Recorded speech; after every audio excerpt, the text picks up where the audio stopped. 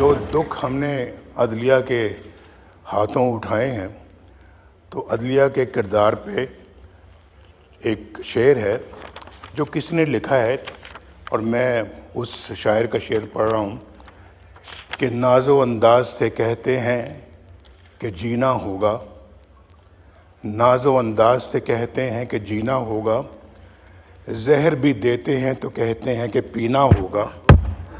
जब मैं पीता हूँ तो कहते हैं कि मरता भी नहीं, और जब मैं मरता हूँ तो कहते हैं कि जीना होगा।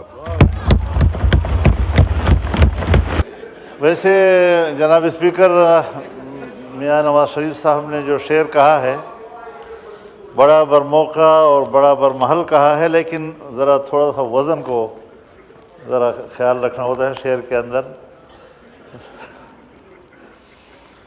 जहर भी देते हैं कहते हैं कि पीना होगा, इसमें तो नहीं लगाना वरना शेर का बेड़ा गर्क हो जाता है।